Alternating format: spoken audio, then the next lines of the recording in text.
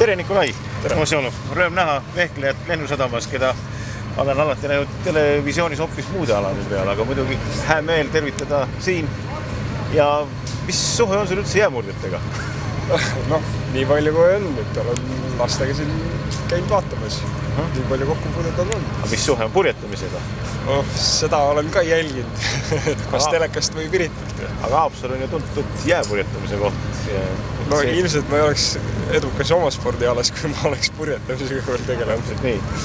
Aga rõõm näha, et sina ja siin nagu praegu nüüd suur tõll hakkab kenasti praegu eemalduma siin pukseritega, et peale sinu on siin veel Artjom Savitski, Lenna Kuurma, Ott Kiivikas, Jüri Mutika ja veel palju teisi Eestis tuntud inimesi, kes on võtnud vaevaks ja tulla kaasa niisugusel asjal nagu suuretõluregatt, mida me tegelikult teeme nüüd 5. korda, kuigi vahepaus on väga suur olnud, sest viimane oli aastal 2001, nii et no, selles mõttes on igati asjakohane ja mina olen ise osanud teisel regatil ja siis oli regati jahi nime ma enam ei mäleta, kapten oli Mait Põllu ja seal minu meeskonnas oli ka veel siis admiral Tarmo Kõuts.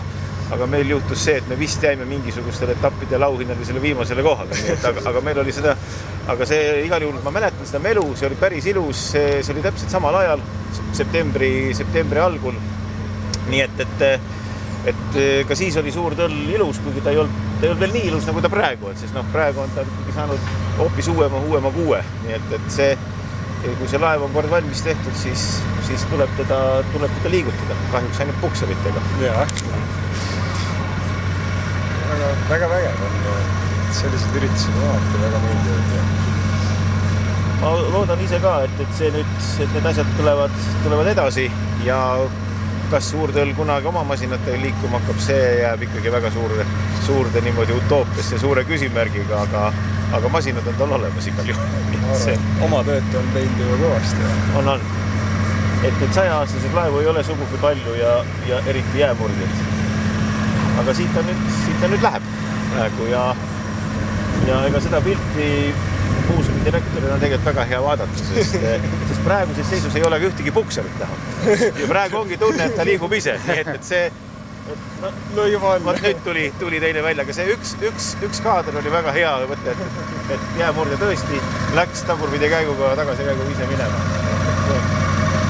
Aga ta on igal juhul uhke ja majesteetlik laev. No nii, aga las ta läheb, võib-olla meie lähme nüüd vaatame edasi.